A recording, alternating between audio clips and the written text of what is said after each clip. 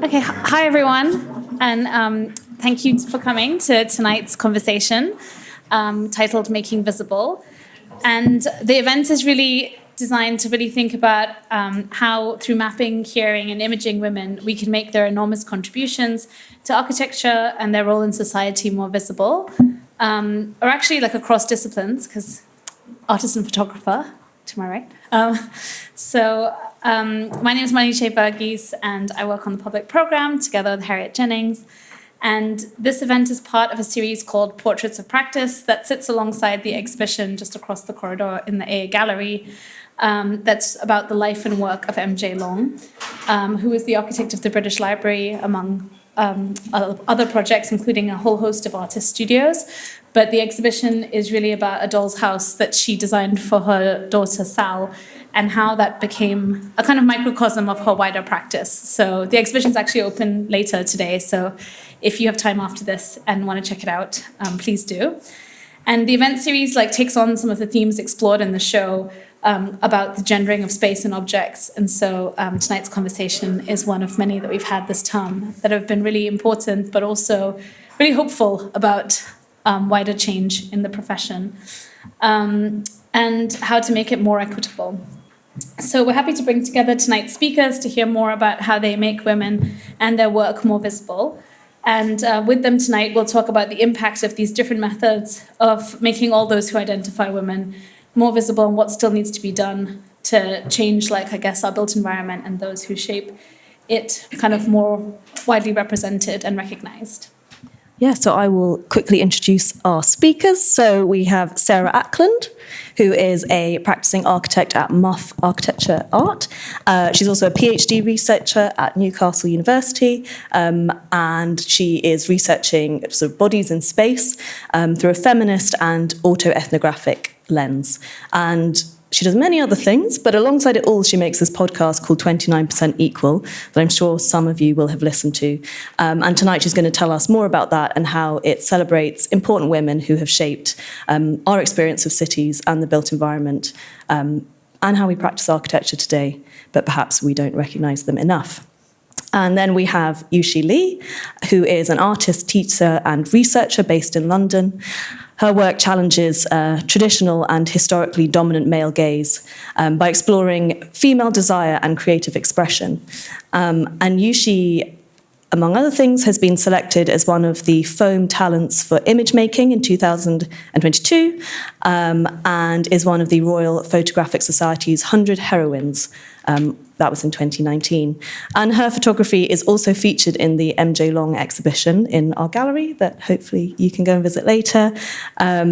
She took these amazing photographs of the contents of this doll's house that M.J. Long made for her daughter. So you can see those objects as Polaroids around the room, and also a beautiful big photograph of the doll's house fully furnished. And through those photographs, she is helping us think about how we enact gender roles, which I think is something you will also talk about more tonight in your other work as well. And finally, we have Sarah Castle, who is a founding member of Part W. Part W is an action group that brings together women who work across architecture and design, infrastructure and construction to campaign for gender parity across the built environment. She's also director and founder of IFDO, a multi-award winning architecture practice based in London, which is dedicated to creating projects with a positive impact on users, the environment, and the community. And tonight she's going to tell us more about Part W's Women's Work campaign and the mapping project that they undertook earlier this year, and how it seeks to change the lack of representation of projects by women through collective knowledge, maps, and archives. So I think we're ready to start, and we will start with Sarah Castle. Thank you very much for joining us.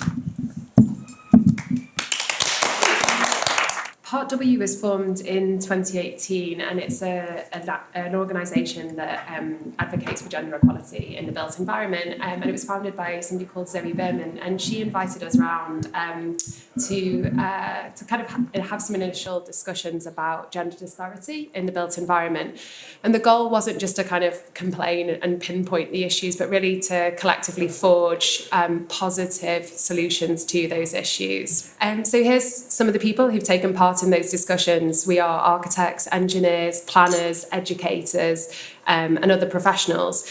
And in the early stages of our discussions, we had this recurring theme emerging, and that was a critical issue of representation and visibility. And so we were kind of talking a lot about the way that individuals are perceived, acknowledged, and sometimes, unfortunately, ignored.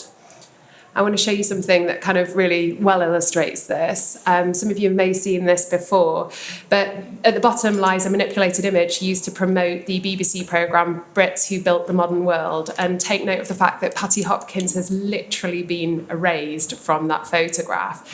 So what's really noteworthy here is this implicit message that the influential people who are shaping our modern world are exclusively male. Another brilliant example, this one from Google. This is just a search for famous architects. And this is actually from a couple of years ago. It's not really improved since I checked it this morning. The results included just 5 female designers and a conspicuous absence of any architects who weren't white.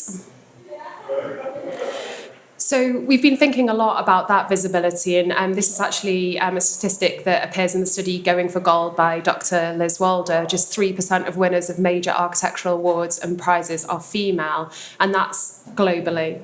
So we've been thinking about that visibility and kind of dwelling on some of these really kind of tangible examples. This is a particularly important one for us because it kind of marked the beginning of our first campaign.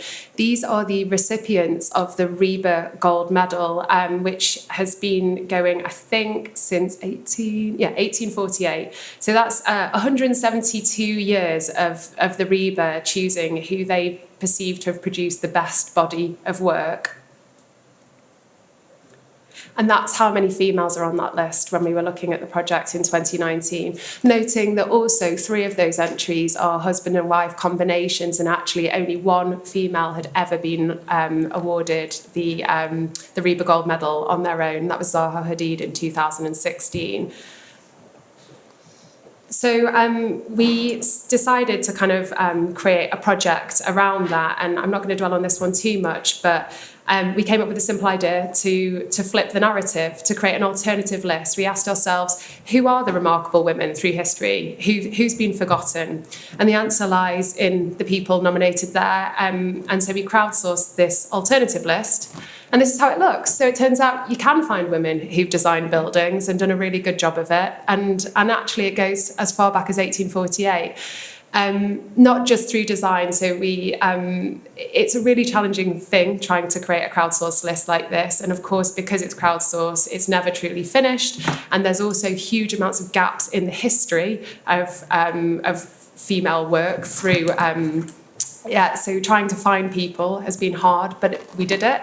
And it was a really I think, positive project. So I'm just going to talk to you a little bit about a kind of more recent project that we've been working on called Women's Work London, starting just with Zoe's kind of starting point, which was that for too long the work of women in design has been undervalued and the contribution of women has not been accounted for in mapping studies, written texts and studies that promote role models and examples of who designs our cities. So this is a project that looked to address the substantial gap in representation of women-led projects. It's a mapping project which looks at that historical imbalance. And of course, there are maps that exist of architectural projects and built projects across London, this being one example from the Architecture Foundation. But when we started this project in 2022, it didn't actually include any works from notable female architects, including Elsie Owusu, Sarah Wigglesworth, Walters and Cohen. So there were some really glaring omissions, and it feels like a lot of these maps actually are kind of far more male-centric. So we started with a kind of prototypical map, which was 20 projects, which was included in a Barbican exhibition with Matrix Feminist Design Cooperative. And we really enjoyed doing that project, so thought, why not kind of make it bigger? And so on International Women's Day in 2022, we launched an open call inviting the public to actively participate in this project. We sent out an invitation that requested that people could nominate built environment projects in Greater London where women had played a pivotal role. So we weren't just asking for architects here or buildings that had had a female as the architect. We were thinking about much more multifaceted roles in city making, so architects, engineers, designers, commissioners, policymakers, conservationists, activists, community leaders. So trying to represent a much kind of wider view of what city making actually is. We also were aiming to shine a spotlight on intersectional design work and looking for nominations from people from diverse backgrounds. And the objective was really clear to us that we wanted to offer these tangible examples, but to create visibility of the projects, but also to invite exploration and create a resource for learning. So we had an amazing reaction to this. In the end, we crowdsourced over 150 entries, and this just kind of gives you an example of that live list. So after we had that long list, we kind of thought that it would be important to start to curate it and create a physical map. So we needed to narrow down that list to 30 projects for the map. And so we enlisted the help of 4 industry professionals, Stephanie Edwards, Laura Mark, Adam Nathaniel Furman and Deborah Broomfield. And we established a set of criteria that helped us define the projects that would make it onto the map. Now, of course, kind of primarily they were chosen as projects where the individual or group nominated had played a pivotal role, and also that project had had a significant positive impact on people's lives. But there were also other additional criteria that we were considering through that process, including ones around whether the project was supportive of women in the built environment, whether the individual had pioneered a way a route that paved the way for others, and also if that person had been overlooked because of their gender. And these are some of the projects selected. So this was the Jaganari Women's Educational Resource Centre, which is, I think, in 1982. And that was by Matrix Feminist Design Cooperative, but really importantly, with the community. So it was, again, it's representing a multifaceted role, not just that of the architect. Forgive my mispronunciation here, but Botemoa Walk and Warwick House, which is the Angeltown estate, and that was designed by Anne Thorne Architects, but with the resident Dora Boatmere, who was crusading for the community there, and you can see her on the right. And of course, very relevant to this evening, the British Library, which is Britain's largest 20th century public building, I think. And MJ Long, Mary Jane Long, her contribution to that building lasted more than 3 decades. So a really kind of amazing array of projects that made it onto the map. I think the other thing to say is that it also included probably my favourite, which was Waterloo Bridge, which I hadn't realised until we did this, was actually built by a predominantly female construction workforce in 1939 to 1945. So there's 350 welders, stonemasons, females on this bridge building it, and we actually managed to find a photograph during the process, which was incredible. And these are the projects that made it on. I think one of the really important points is that the 30th entry on the map isn't actually on the map. It's a kind of homage to the unmappables. So what we understand is that women have also had a significant influence on policy, on planning, on campaigning and initiatives that you literally can't pinpoint. So that was another kind of important section of this. That includes things like the London Climate Change Agency by Nikki Gavron and Jeanette Arnold OBE, who was campaigning to improve accessibility across the London transport network. So we kind of felt that was a really important thing to note. And also we worked with the amazing collective Edit to create the physical map. And part of this, we agreed that the map should try to address some of the issues with traditional mapping of cities. So, for example, historically, maps reflect existing power structures and inequalities. So when we were trying to create the map, we were thinking, okay, well, what should a feminist map be like? Historically, maps prioritise features associated with male-dominated public sphere, so that might include major roads, government buildings, economic centres. So the feminist map, what would that show instead? So we try to subvert some of those gender issues, and it actually, you can probably see it when we get to the actual map, but it deprioritises arterial roads, and it starts to instead highlight some more kind of local centres and think about mapping in a slightly different way. And this is the physical map itself. So it features 29 projects plus the unmappables and short descriptions about each project.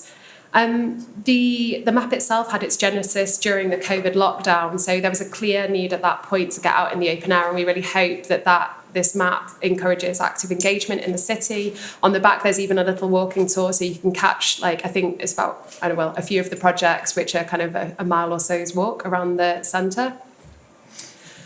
And also dissemination is really key. It's really important to us that the discussion around the work is kind of equally, if not more important, to the actual production of the map itself. So we've shared it widely across UK media, including Dezeen, Architects Journal, the Evening Standard, but we've also importantly distributed the map to schools across London to actively encourage the next generation of city makers to kind of get involved and understand that there are many noteworthy projects by women.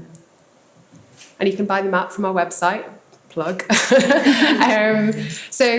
Why does this matter? I think I've kind of been thinking about this a lot over the last couple of days, and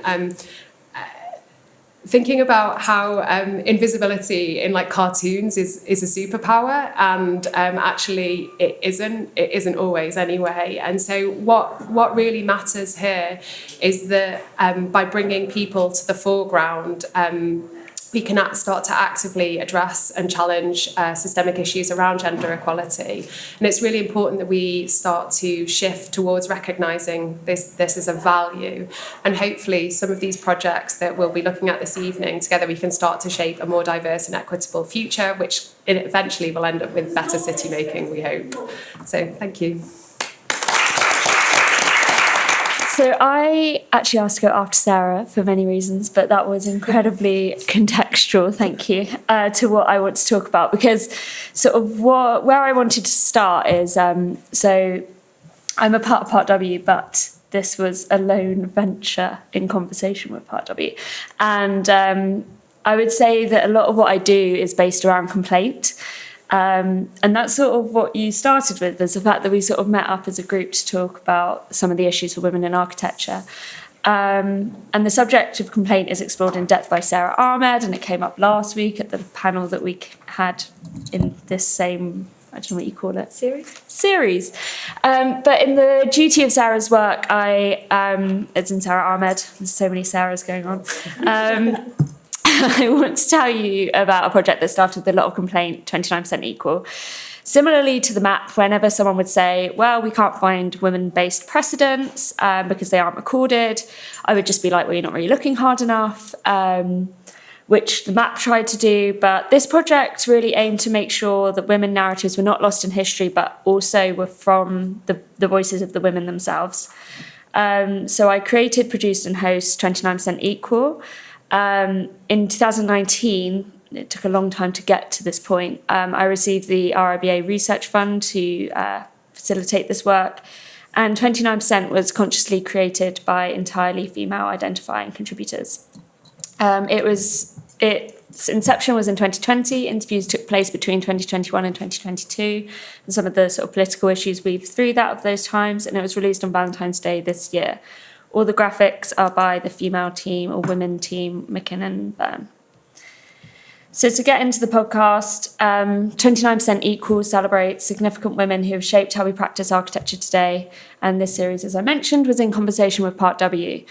It was important to me that it wasn't really me hosting every interview. You don't really need to hear my voice, but to have two voices in the conversation. At the time, the last formal survey was undertaken by the ARB in 2019, and this revealed that only 29% of qualified architects were female identifying. I actually don't like the term female identifying. I prefer to identify as a woman, but that's the ARB phrase.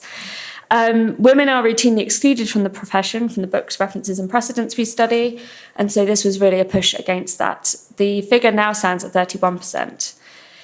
In an effort to eliminate this continual ratio of women, I invited a young architect, designer, activist or artist to have a discussion with a woman they deserves recognition. We asked these women about their defining moments, their activism, who inspires them, the advice they would give to their younger selves, and what a more equitable city looks like, although the conversations roamed quite large.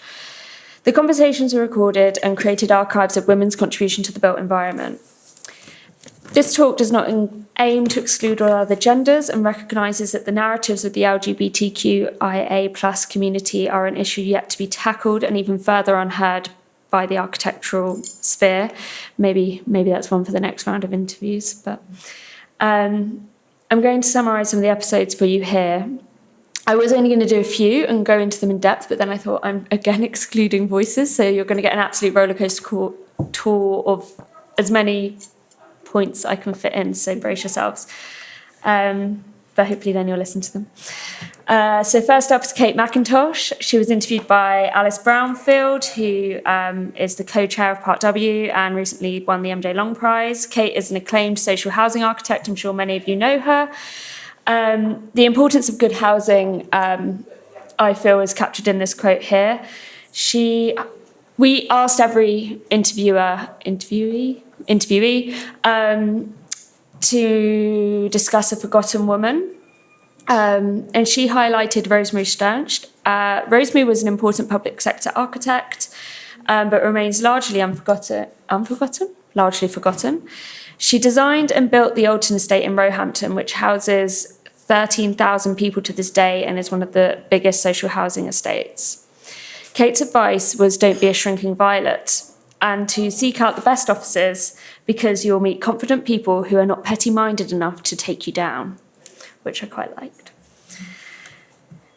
Up next is Farshid Musavi and her Yokohama Port project, pictured here. I'm not really focusing on their projects because you can listen to that in the interview, but she was interviewed by the amazing Tahira Rofe of RCKA, who kindly stepped out of mat leave for this interview. Both of us were falling about like fangirls at the end of the episode, so I would give it a listen. It was very good. Her forgotten woman was Renée Galhustet, who is quite famous but still somewhat under-celebrated, a French social housing architect and winner of the 2022 Royal Academy Architecture Prize. Farshid mentions her experience of marginalisation and how this should be considered as an advantage. She sees it like you're a tourist in a city, that you have another lens, and how people who are marginalised approach things differently. She also touches on her experience of being a refugee, which I think is under-discussed within the architecture community. This is the Supreme Court by Elsie Owuzu. She was interviewed by Yemi Alderon, and her interview was done on the day of the England Euro finals, which I didn't really think would matter. However, she ended up drawing comparison of why architecture is not as diverse as the England's football team and why this might be, which was quite interesting. And the relationship between Yemi and Elsie really runs through this. You can see how they have had similar experiences and share that quite deeply. Elsie's forgotten woman was Lady Kwali, who was a famous potter, and she's on the Nigerian note, but widely undiscussed, even though her work is in the Smithsonian and the V&A. Elsie describes how women, or at least in her generation, but I think it still rings true today, were often told to be good girls, and instead she advises us to be confident and to show off, much like the qualities that she says Zaha Hadid had. Up next is Brickworks Community Centre, and this was Angela Brady's interview. She was RIBA president from 2011 to 2013. She was interviewed by Tara Balade of Balade Design Studio, and she made significant changes to the RIBA through her advocacy. She put a stop to unpaid internships, which I think a lot of people in this room would have benefited from, and I don't know if people really understand how much work went into that. She also took part and somewhat led the Drop the Ban campaign, which aimed to name the designers of the 2012 London Olympics. So all the designers of the buildings in the London Olympics were, through the marketing agreement, not allowed to promote the work, which seems completely backwards. They did a massive campaign, and the dress that she made with her daughter and wore for that is now in the Museum of London. So there's someone else trying to raise these narratives as well. Next up is Parlour. And these are their incredible guides, which Part W lean on heavily, and I think all practices should be reading, although most people don't seem to have ever heard of them. Parlour is a research-based advocacy organisation working to improve gender equity in architecture and the built environment. They were interviewed by the Part W founder Zoe Berman, which was very appropriate since they're both aiming to do similar things but on different sides of the globe. This episode is quite special as it sort of feels like three people having a chat over coffee, but they were actually on different continents. Parlour are no longer a volunteer organisation, and they do state that what they achieved couldn't have been achieved without the funding that they received, which is not something that is available in the UK. They mentioned that they've not burnt out as an organisation because they are paid for their work, which is something that Part W struggle with regularly, and it was a really we could have gone on for hours. Justine states that if all Parlour does is make it more comfortable for middle-class women, then Parlour are contributing to the problem, and they're mindful for this in this work, and I think that we all should be more mindful in what we are working towards and whether we are marginalising some more through our activism. This is the Disordinary Architecture Project, and we concluded the 6-part series with Joss Boyce. She was the founding member of Matrix of Feminist Design, one of the founding members, not the founding, of the Feminist Design Collective Matrix and the Disordinary Project. She was interviewed by the thoughtful Fee McDonald of Matt and Fee, and this conversation really traverses... sorry, I'm a bit ill. Traverses feminism, ableism, class, and gender. Joss's Forgotten Woman, I think, was maybe my favourite of the series. It's Maggie Davis, who's pictured here. She was a big part of the Union of the Physically Impaired Against Segregation and was campaigning for disability rights at the start of the independent living movement, which, if you don't know about it, please Google it. She was central to the design of Grove Road, which wasn't designed for wheelchair users, but by wheelchair users, and for the first time had a design team which actually had differently abled people within. Joss wants to reclaim the disability rights movement and states that Part M is not technical, but it is a distorted translation of disability activist ideas. So in the same vein of why does this matter? Why is it so important? The discussions had on the podcast cover previously undocumented experiences of women in architecture to ensure they're not lost in history. Furthermore, these crucial and long overdue discussions are open source and free to download. This ensures that they're equitable to access across the architecture industry. There's been a call for diverse voices and to champion those previously forgotten. This project is a small, but I hope meaningful contribution towards this and towards changing a male-dominated narrative.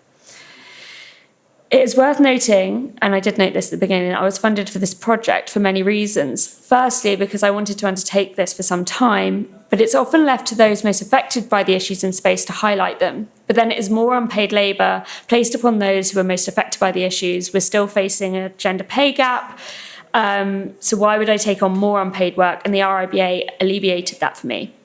The RIBA Research Fund did cause problems, though. The association with them kind of ruined the point of the podcast in some ways. So I wanted to highlight that. The majority of the RIBA archive is not open access. Consequently, there were questions from some of the participants about this, ensuring that the interviews remained as accessible as possible, which is why it took so long for these episodes to go live, because I went into some sort of weird discussion, which actually the RIBA, to be fair to them, the women there, were very supportive of making sure that all of the work was my intellectual property. So although it was funded by the RIBA, they do not own the work. It can go in that archive, but it must be open access. And we waded through all of these issues for quite a long time, which was quite interesting as to how it was an unexpected hurdle, but completely understandable as we look across a landscape which routinely excludes women. Interestingly, some of the women didn't think they'd done enough to contribute to the series. which is why I think it's so important to record them. And when looking back across archival work, many men have retained extensive archives of their work, noting their own importance, making sure their work lives beyond them. And Beatrice Colomina highlighted in Privacy and Publicity that Le Corbusier saved everything down to his electricity bills and receipts in an act to memorialise himself. So I think if we can look at his shopping receipts, these women's stories are better than that. To counter this discrimination, Minette de Silva wrote her own biography, The Life and Work of an Asian Woman Architect. It is out of print but available in the RIBA library if you want to get through their walls. De Silva herself explained her reason for this recognition. She said, "I have been dismissed because I am a woman. I was never taken seriously for my work." She situated herself not just in architecture but in history and culture, and the biography is an additional labour that she took on to make sure her notability was protected. And yet her buildings are still falling into disrepair, and most articles written about her still focus on her Asian looks and her relationship with Le Corbusier. So it's easy to see how the documentation of women's work in architecture is political. And where do we go for most of our information anyway? It is Wikipedia. And I'm a keen, nerdy wiki editor, and I know you held a wiki edit for this in part of this series, because only 17% of biographies are about women on Wikipedia. So, and often you find, and this is highlighted by Despina Strategakos in her book Where Are the Women Architects, that even if you do upload something, someone tries to delete it. I've had that repeatedly with Matrix's page. It's so irritating. They went after Part W the other day. And it's a complete labour that I'm not paid for, just to make sure that these sort of pages and research and important works are protected, and also to try and readdress that balance back into 50-50. So clearly there's much work to be done, and that's something that everyone can do at home. However, 29% Equal hopes to make a contribution to making sure women are more visible. Before closing, I wanted to say that it's important to note that the exclusion of other marginalised groups in the archive is an even more arguably prevalent issue than that of women in architecture, and it is the work for all of us to address this inequality. Okay, hello everyone.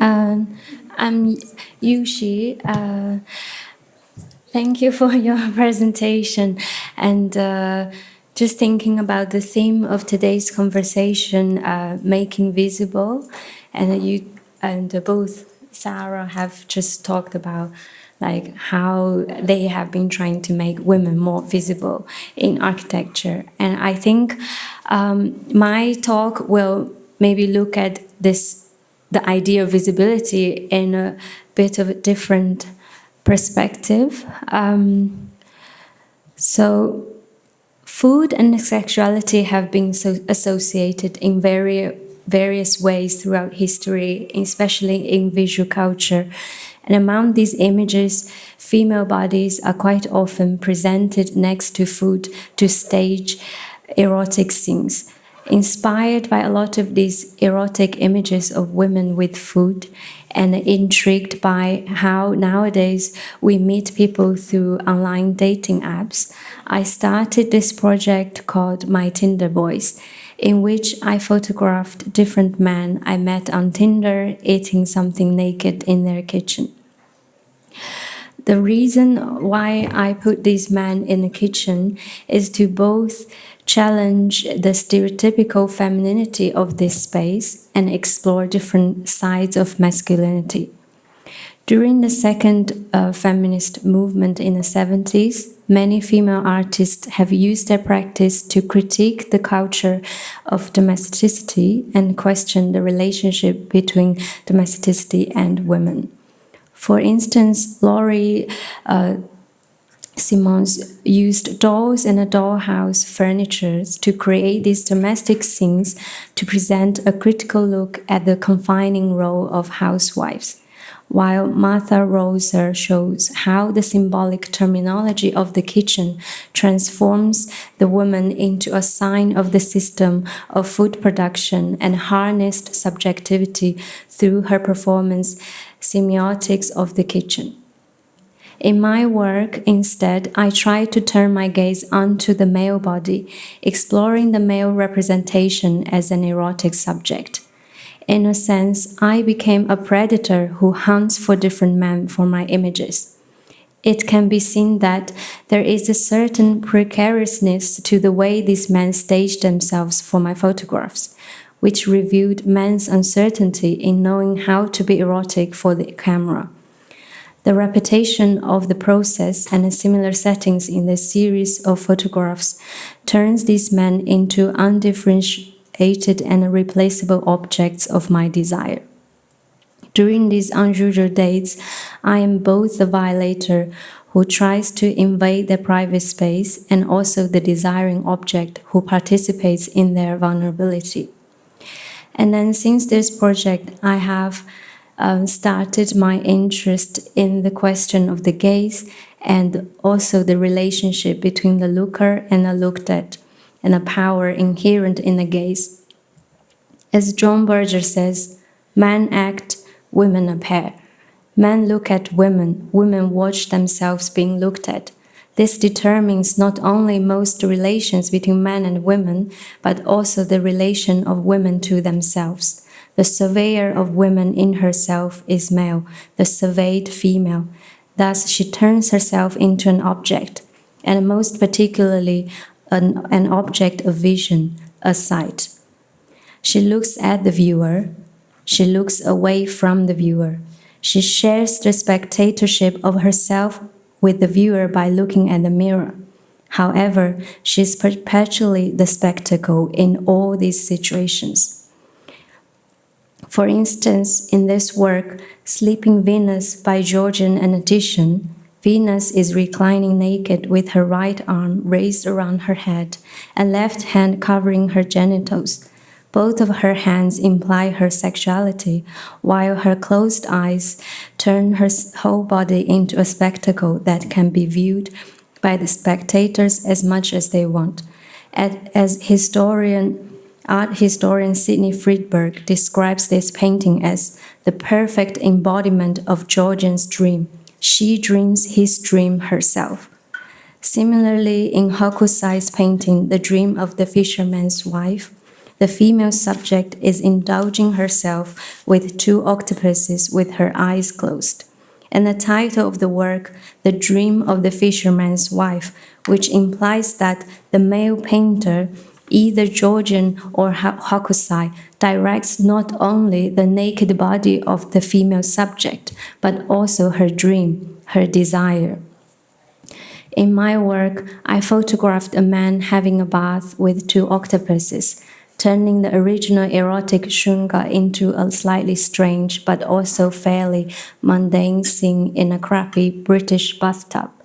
And by naming the work The Dream of the Fisherwoman, the female figure is no longer someone's wife or the embodiment of someone else's erotic desire, but the desirer, the looker, the creator of the story. This work is a part of the series Paintings, Dreams and Love, in which I look back at certain master paintings in art history to reflect on these existing looking relationships and a staging of erotic desire, to let these paintings gaze at me, and to make my own portrait of the desired body. Another work, The Nightmare, is inspired by Henry Fuseli's painting, The Nightmare. The original painting portrays an erotic dreamlike image in which an incubus is sitting on a sleeping woman's belly, trying to seduce her to have sexual intercourse with him. In my photograph, I am the demon who is sitting on this man's lower torso, hiding his penis and distorting the shape of his body. I am neither an incubus nor a succubus, a demon in a female form, but something in between or a mix of both. The nudity of the subject suggests an erotic scene, while my turtleneck top and ties refuse to show any sexual seduction towards him. And in the photograph, The Death of Ackland, which is inspired by Titian's painting of the same title, The original painting depicts the moment when the goddess Diana is hunting Ackland after she found out that Ackland had been looking at her bathing naked in the woods. In my photograph, I am shown about to shoot an arrow at the naked man beyond the window. The man is the one who is being looked at, while I am both the looker and the hunter. It can be seen that I do not always take the male role in the scene, but the more dominant and the powerful one, regardless of its sex. This is because instead of simply reversing the gender roles, I'm more interested in questioning and challenging the dyadic looking relationship between the active looking subject and the passive looked at object. And in my recent pictures, I try to work with a group of men and another female photographer to explore more complex looking relationships, to expand my investigation of the question of the gaze. Looking at certain classical oil paintings of female nudes throughout art history, I try to reflect on the staging of eroticism in these paintings, to construct my own fantasies of eroticide, to create this cornucopia of naked men, a feast for women. In this photograph, the feast inside, a large painting on the back wall, which depicts revelers and the Menans, the female followers of Dionysus, the god of wine in Greek mythology, enjoying the festivities. In the painting, men, women, and children in various states of undress are dancing around in flirtatious indulgence. In contrast, the figures are static and no one seems to be looking at anyone in the photograph. In this scene, where bodies are not touching and eyes do not meet, the gaze is detached from the eyes and constantly drifting among the photographers, the naked man, the painting, and the photographic scene itself. I think, coming back to the theme of today's conversation, making visible, in a sense, I guess women have been too visible, constantly being under the gaze as a passive looked at object. And I believe that I believe that women want to be seen visible as more than just, the Venus on the canvas, but as architects, artists, creators who desires and create their own stories. Thank you. Thank you all so much for three such, I think, really powerful but also really inspiring presentations that, I don't know, they kind of really nicely followed each other to kind of really open up this topic of what it means to make visible, but also question the way women have been made visible in the past. And there were just so many interesting threads, especially, I guess, linking back to some of the work on display in the exhibition. I also noticed that in addition to being on the map, MJ Long won the alternative gold medal in 1989. And I guess everything that you were saying about the invisibility of women in archives is something we directly kind of engaged with in getting material on loan for this exhibition, which the whole of MJ Long's archive remains uncatalogued.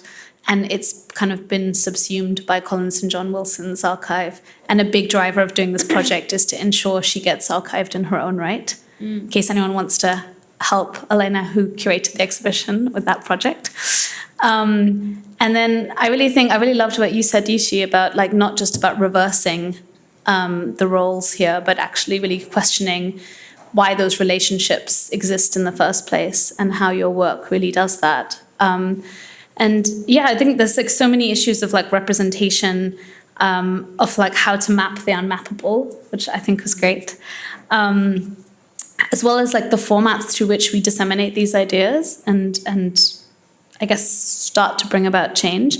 And I was just wondering, maybe to start, if each of you could say like maybe how you measure the impact of the work you're creating, like how do you see your work shifting this discussion in a way? And how much more of a way is there to go, I guess, to make the change you'd like to see happen possible? Always good to start with a really big question. Yeah. I'll go first if you want, since I made you go first last time. Firstly, I'm obsessed with the Tinder boys. Like, obsessed. Okay, can I mute it?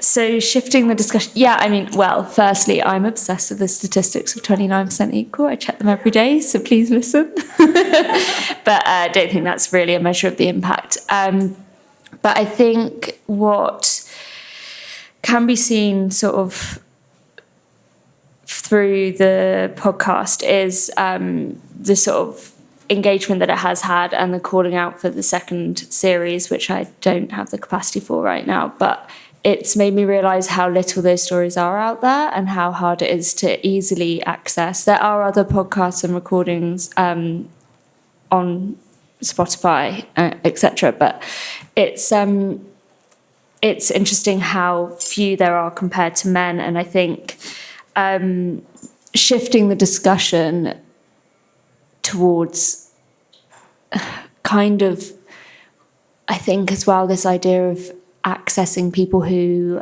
are, and I think we do this well with the map, but who are, not the map, sorry, the alternative list, is this idea of like different types of contributions. So it doesn't need to be architects, because I mean, a 7-year qualification time, and the fact that there seems to be this idea that women can just keep going, but ultimately we have a biological clock. It's a different situation for women, and we know that.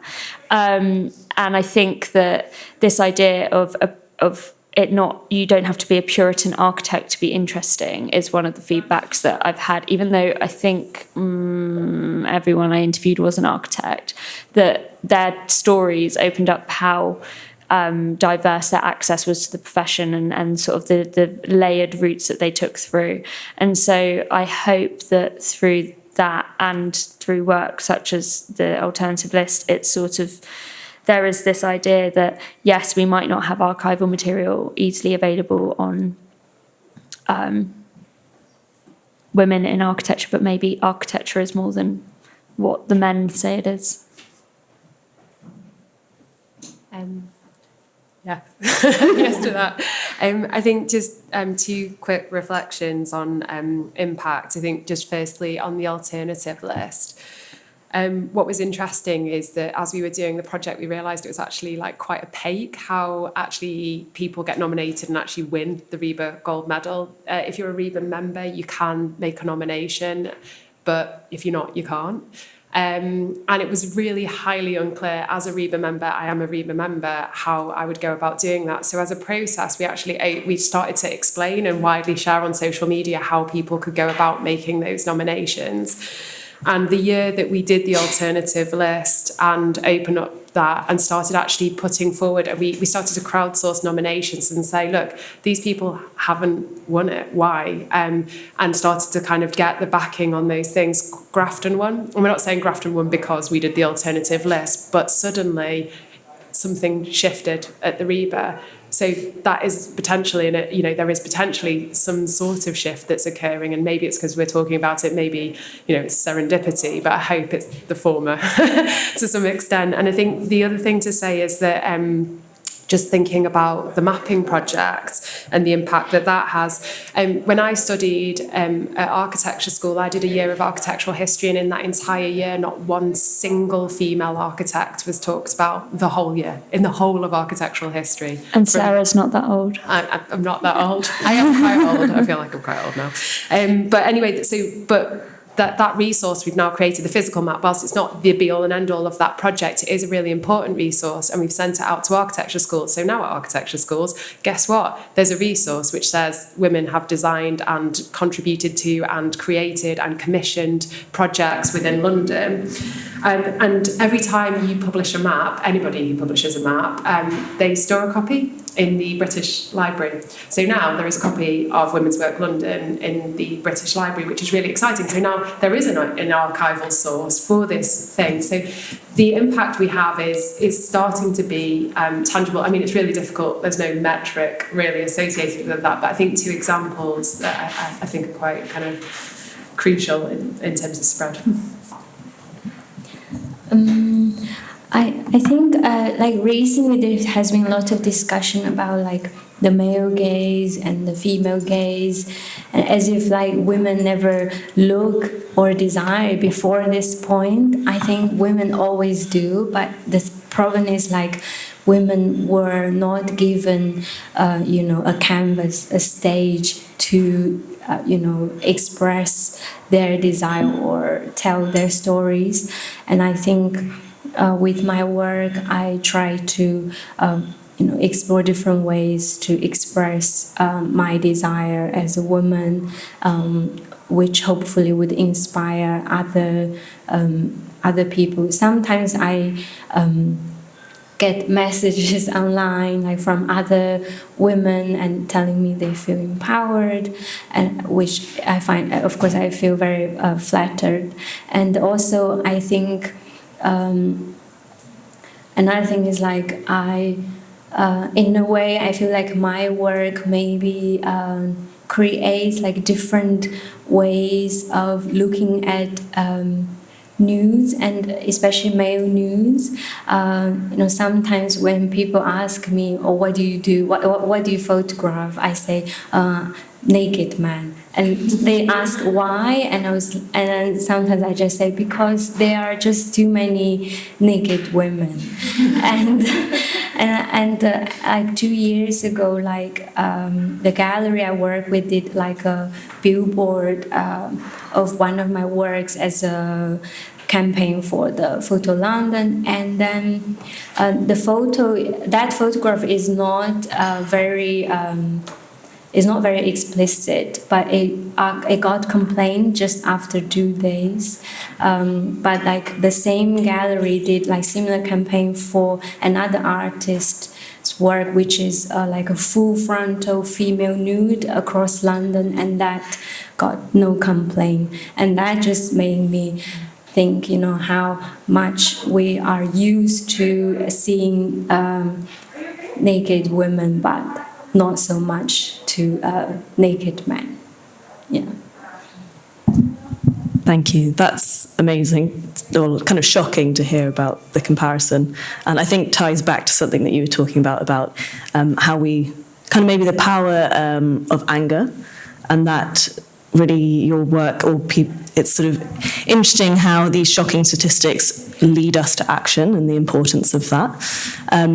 But I wanted to go back to something, Sarah Castle, you said about invisibility as a superpower, and how maybe it made me think that perhaps that was the case to some extent for women architects in the past.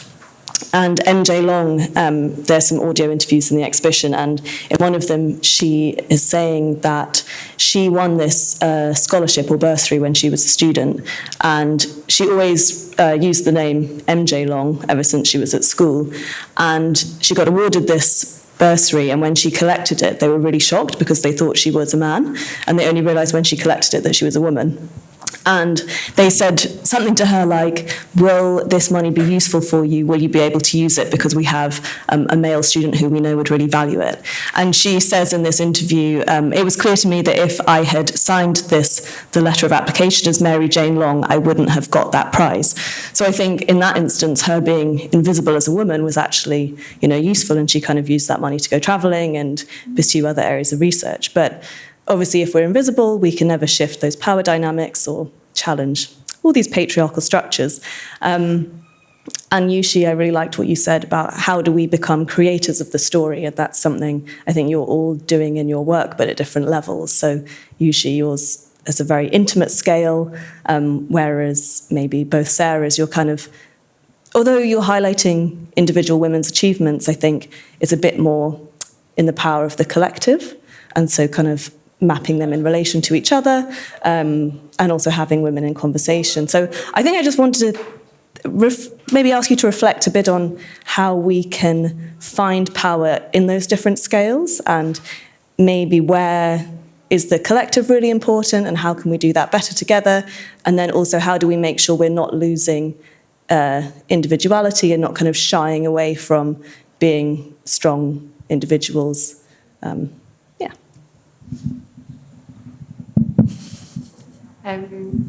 think when you were talking, it just reminded me of something that I'd been listening to recently, Leslie Kern talking about something similar.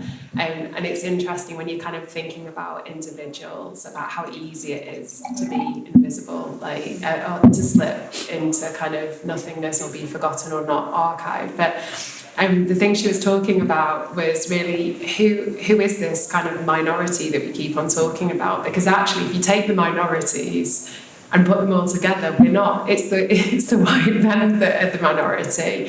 So, what is this traditional understanding? Like, the collective is really important because we become a majority. And actually starting to think about this, we're not a niche. Women aren't a niche. We're not, and I think that's kind of quite an interesting point when we start to kind of think about that.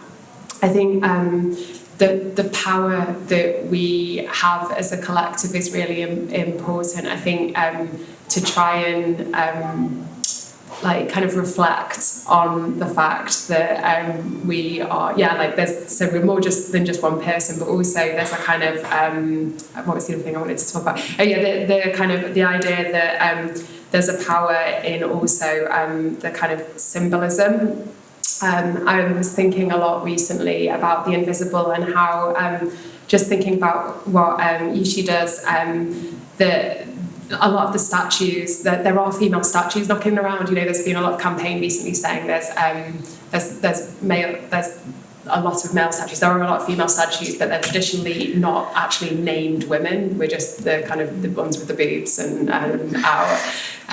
So actually, there's a kind of symbolism to actually creating an importance to actually naming people, naming women in that public realm, and thinking about actually place naming as well. It's really interesting thinking about kind of places like Vienna, where they've kind of named loads of streets after women, and that's a kind of highly unusual situation, which is really weird to think that is weird, but it is weird that there's this whole place where there's lots of streets named after women.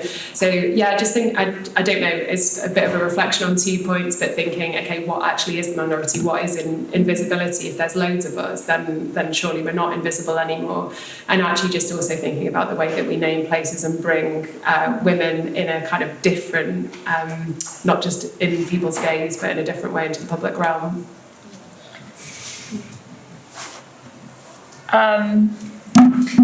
So when you were just talking, I'm just obsessed with this idea of power, and sort of. So I think when you said about losing your individuality, so one of the main feedbacks I got was, "Oh, I thought you were going to be in it," and I'm like, "Well, why do you want to hear me? I don't really have anything interesting to say," but I guess the reason I didn't want to be in every interview, so I basically just do the intro to every episode, is that it would have been a very male strategy to have me talk in every episode and not give the space and the funding that I had received to other women. That seemed just a very masculine strategy, but yes, at the same time, then I'm not really in it, but then who cares? And I think, sorry, I don't. And I think that was quite interesting, and just sort of how Sarah was just saying, like, talking about ourselves as a minority, 51% of the world population is currently women, so actually a majority right now. And if you read the book Patriarchs, I'm slightly obsessed that I haven't finished it, it's all about how actually women sort of led the world originally. So we're not a minority at all, but I do think if we keep trying to do things in the masculine way, such as I could have set up 29% equal with my voice being overpowering throughout the whole thing, then we're just reconstructing the systems that we're already in. It's the classic thing of like, opening the door for yourself, but then shutting it on everybody else. And I just love this idea of MJ Long, like only getting the award because she called herself MJ, and that actually being an accident. But I am completely obsessed with getting on the inside of establishments at the moment. Like, I got criticised really heavily for being, using the RIBA fund, but I used it. And then everything I slapped on the internet, I said they don't own any of it. They just gave me the money. Like, how can you use the system that we're in? We can get so caught up in our morals of like keeping it so feminist that you're then actually burnt out and not capable to do anything. And sort of the idea that men have to give up a bit of space for us. And we can only do that by being a bit subversive, like MJ Long being MJ, not Mary Jane. And I think that was even louder because he ran. That's throwing me all off. I think basically that it's a thing where we have to sort of get ourselves. I want to be where I'm not wanted, and I want to put myself in those spaces. And even if that means that I might outwardly look immoral, actually, when you get in, you have to shake the ground up. And I think that is something that I try to do with the podcast. It's quite polite, but I think it's a strategy that we could all use more. And I think actually, if men are willing to give up a bit of space or a bit of money or whatever it might be, grab it and work it out later. And that's sort of how I think power can be used and how I used it in the podcast. And I think Part W's sort of tone has always been, for me, like far too polite because I'm not that polite, but it fits in with the whole, like people like us because of that. And then this is why I'm obsessed with the Tinder boys, because it's just like getting in there and then fucking them back, It's just, I just don't think I don't think it's sustainable to keep being so highly moral that you have to get in, and normally that means liaising with the enemy. Well, and I think it's definitely very important to be collective, because I feel like a lot of changes can't be done like on the individual level. But I think personally, I like believe like feminism, like appreciate like different forms of femininity, or like and I think like with the exhibition at the AA of the Dollhouse, and I think it's quite interesting to how to say, like, look at these stereotypically like feminine, like very feminine things, like in a different ways, like playing with dolls and like domestic space. I think it's like now is really time to rethink about these things and think about opposition between femininity and masculinity. Yeah. I also think it's interesting with the Doll's House and the value put on changing the value systems. So really sorry guys, but the last slide I missed, and on it I just give thanks to my friendship group, which is over there, and it's just like actually the value of your community. It's why do we need to be in well, like Part W, or like in a structure, or in the AA, or in you can actually just use your mum. And I just think it's about still owning the fact that support is there, and owning that it's a collective energy, even if it looks like it's just you. Because I think that it's serious masculine energy to say, I achieved this. And that's what I think women are subverting very well. And it would be great if some of the men in the room would like to thank some people who've helped them along the way, instead of it all being them. Yeah, totally. I mean, I think it would be great to also open it up for questions in the time we have left, but I tend to pick up on some of the points you all just made. I think this thing of like, how do we reject things that are so ingrained in us, like that people expect that you did this podcast, it should be your voice, that are kind of part of the system that has predicated different values. I think Farshid always makes me rethink that. Like when she said that there's like sometimes an advantage to being considered marginalized, which she did a lecture at the A when we were doing the centenary of women studying at the school project. But we did like a project called AXX100. And she did a talk where she said that women are always saying that they don't have role models, but she's always found that to her advantage because she hasn't had to conform to a standard or a set of ideals about what makes a good woman architect. And instead she felt like she could like break all the rules or just do her own thing. And it was incredibly liberating. And it was a totally different way of evaluating like what success looks like. And I don't know, I just think she's really incredible for that reason, because she flips or makes you question why we feel limited by these systems that are in place, or how do we reject them, or as you say, liaise with the enemy only to subvert them like a Trojan horse from the inside. Yeah. So on that note, would anyone like to ask any questions or contribute to the conversation or thank women? All of the above are welcome. Yeah, thank you very much. That was very interesting. It's perhaps something that's already been touched upon slightly in the Q&A, but I think there's something interesting between recognition and redistribution, and probably ensuring that female and gender diverse voices are recognised, but also power is appropriately shifted. And I think all of your projects do that in different ways, but maybe how could the industry do that better and faster? Is that a good question? Summarise the question, Will. How to redistribute rather than just recognise. Okay, really, like, I suppose it's interesting. I can only really reflect on this from an architecture perspective, but like when we set up our practice, we're like, oh, what should we call it? Like literally, what should we call it? Like first name, surname, architects, surname, plus surname, architects. And actually, one of the conscious decisions we made when we set it up was that it wasn't necessarily about us, it was about an idea, and wrote a manifesto and then put our name above, not the company name, which wasn't our names, above the door.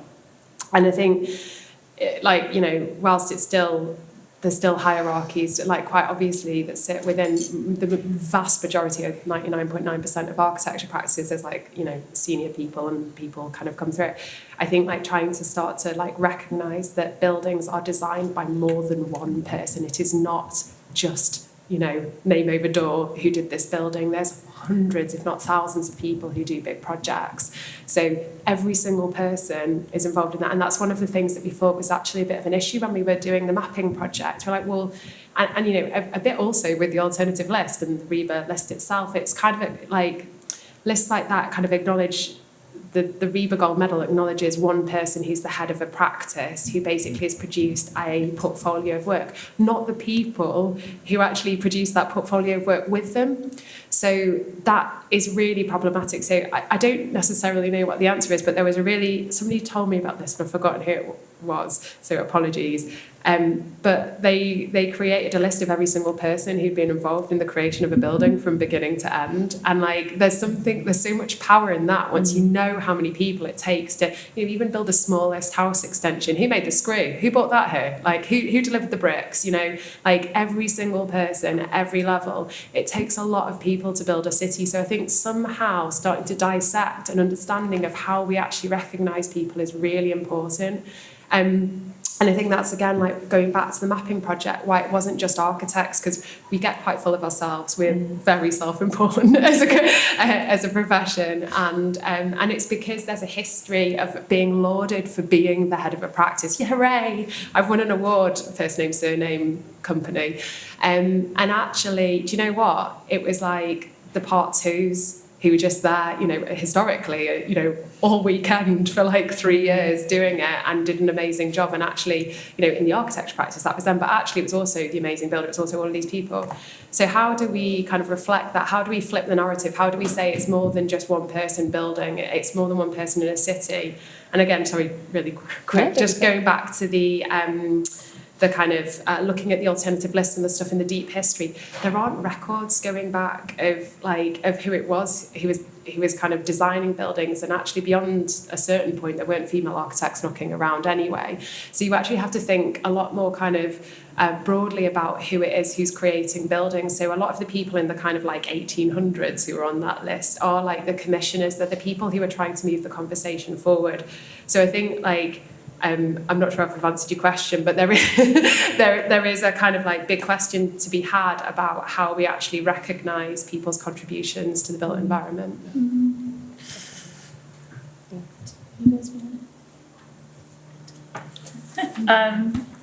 Okay. So conversely to everything else I've just said, I think we need to stop thinking about it as like men versus women or men versus women and gender diverse people. And it needs to be a collective effort. And everyone needs to just have more self-awareness. And if you haven't got self-awareness, then go to therapy. Because I think it's like, whether you're a man or a woman, it's about recognising whose voices aren't heard in the room, like who's not in the engagement. Actually, like if you are doing engagement, not maybe who the client represents as who you should be engaging with, but actually going and finding out who's not there and why they're not there and what they really need. And I think that's redistributing the power, because even if us architects, I work for MUF, we're all women, right? And then we go into engagement, but all the client group is entirely male, and they're like, oh, talk to our stakeholders, these people, because those are the people who have the same ideas as them. You have to go and like find who they're leaving out of the room and why they've been left out and how to incorporate them. But it's extra labour again, so put your fee up. But I do think that the redistribution of power, rather than just recognising it, is on an individual level. And it is something that we can all do, and that's why I sort of plugged doing wiki editing as well, because it does feel like we're quite helpless sometimes. And I know, Will, you're doing your part 2 now, but you were a part 1 before. I still think like when you're in practice as a part 1, you recognise there were things you could do about like making sure. When I was a part 1, this annoyed me endlessly.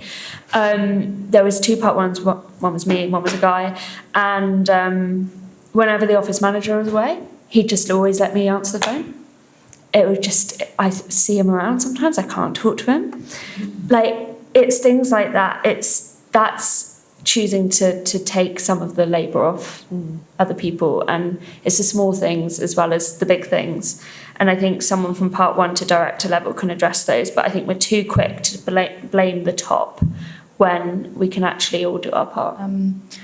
What you were saying about mapping the unmappables was quite interesting for me, and also about using your own community. So for example, my mum, like you were saying, I have a quite a unique perspective. To make it personal as well, my mum is a manager at the London Borough of Waltham Forest. She's a planner there, and I've seen her growing up. She's been there for 20 years now, and I'm 21, so I've seen her my whole life kind of work her way up the ranks. Now she's a manager, and how she's created like a collective environment with men and women. So she's made quite a great team that work quite well together, but she is like one of the invisibles that I think really does shape that department, as well as I can say this because she interviewed for like higher ranks and higher levels at other boroughs. But her bosses would always call her and tell her to stay, and they would even offer her more, to stay and to stay here. So clearly shows an integral cog in that department as a woman. Like, it's recognised, I think, in some places, but overall as a city is completely overlooked. So what you're saying completely does, resonate, I think, at every level, and another unmappable person, but does really shape, I think, a place and how actually a city is made. So it was quite interesting to hear that and actually see that, because as my inspiration using my mum. So yeah, and it was quite personal touch, but kind of just in adding that in. Thank you. And I think what you're touching on is I guess the unpaid labour that makes I would meet my mum was a stay-at-home mum. I would meet your mum and think she's so cool. No offence to my mum, but my dad wouldn't have been able to do what he did had my mum not given up that time. And I think these discussions behind the person are quite important. But what annoys me is, and I was doing so much research before 29% Equal, is that everyone asked the women how they got to where they were and like who looked after their kids. What about the guys? Who's looking after their kids? Why have men been running the world? Because women have, like, honestly, for every man on that list from Part W, there should be like which women were backing him up, because that's the narrative that's lost, and it's all of those women who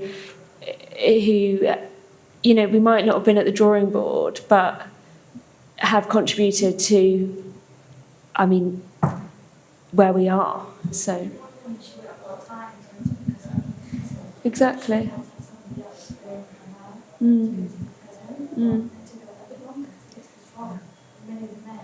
But also, she would have forged the way for other women to work part-time because she did that. And I think that's another way of redistributing the power, is like actually like men need to make working part-time part of their thing, you know, sharing parental responsibilities or whatever it might be, because then it's not more attractive to hire a man than a woman, and it's not, you know, oh, she's just got married, let's not hire her because she's probably going to have a kid soon. Like, that sort of narrative ends. Oh, yeah, I was just thinking about like this, you know, kind of invisible labor, or actually there's a term called feminized labor. Basically how, like, you know, like housework has been like romanticized as, you know, something you do for your family, something you do for people you love, and never get paid and never recognized, like women who work at home and considered, you know, not working, not contributing, but in fact they do like so much for the family, and that's why like those men could work whatever they want to work and don't need to worry about home. And also this expectation from women for so long as, you know, the housewife or as the mother. I think, yeah, I think that's like quite problematic, I would say, yeah. Yeah, I guess it kind of takes it back to where your presentation began with the kind of women in the domestic sphere and this kind of typical way women were portrayed as like homemakers in the kitchen. And there's a book I read like several years ago by Catherine Marcel about who cooked Adam Smith's dinner. And it was about like, I suppose, the father of economics, but the fact that women contribute so much to the economy in like all this affective labor that doesn't get quantified. Yeah. And how, if that started to be quantified, like how much more of an impact that would be, regardless of like what gender the person is who's doing that work. It's still a lot of work that makes other people's lives possible, and the need for that to be recognized. Yeah.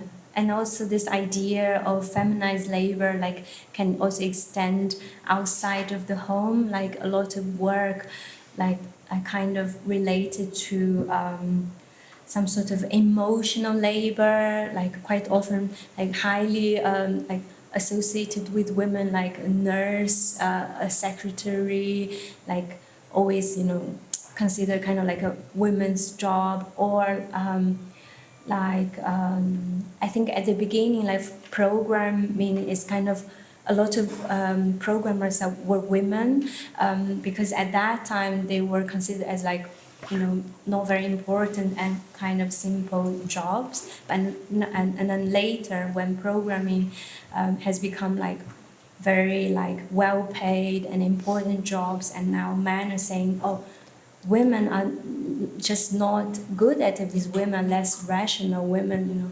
But it's more about like, you know, only like seems like this kind of less important jobs are given to women.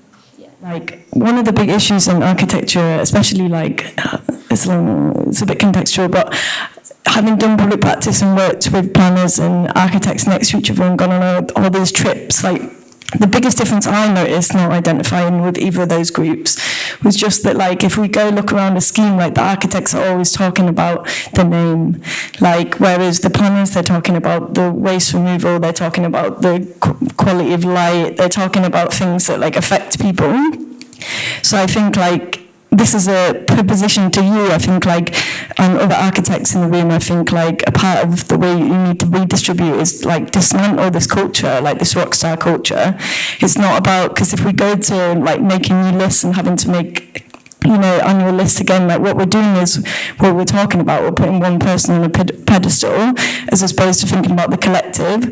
But if we stop kind of, like, idolising or looking up to, like, one individual architecture, we'll start having conversations about different things and, yeah, like, more about the actual building and how it affects people. So, yeah. I think that's a great point, and I really like this term, the unmappable. I think this is where lots of this conversation's going, and maybe we need to kind of, make a list of the unmappable and the collective and get away from this individual authorship, which is obviously dragging us down.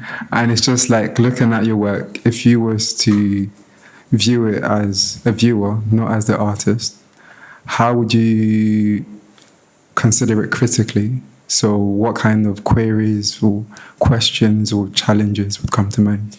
And I think maybe I would ask, like how exactly does my work challenge the dichotomy between the male looker and the female looked at? And what about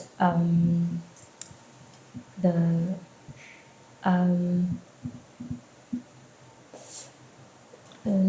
like sort of the outside of the binary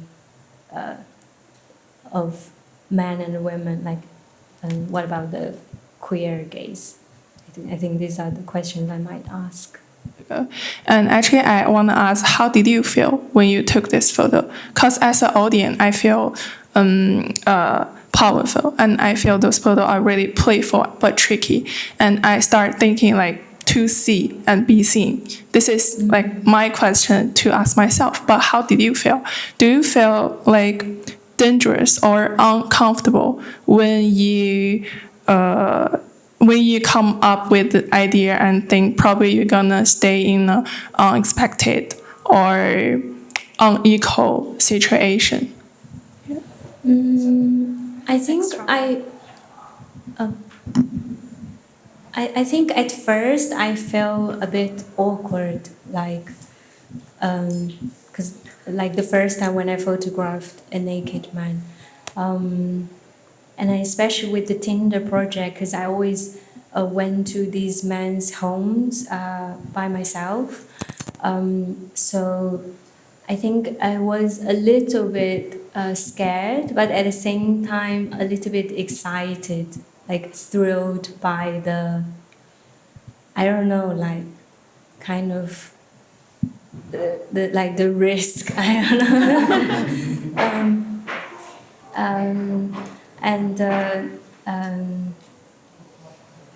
And I kind of also like enjoy like fantasizing about being in the position of, like, you know, the one who's in control.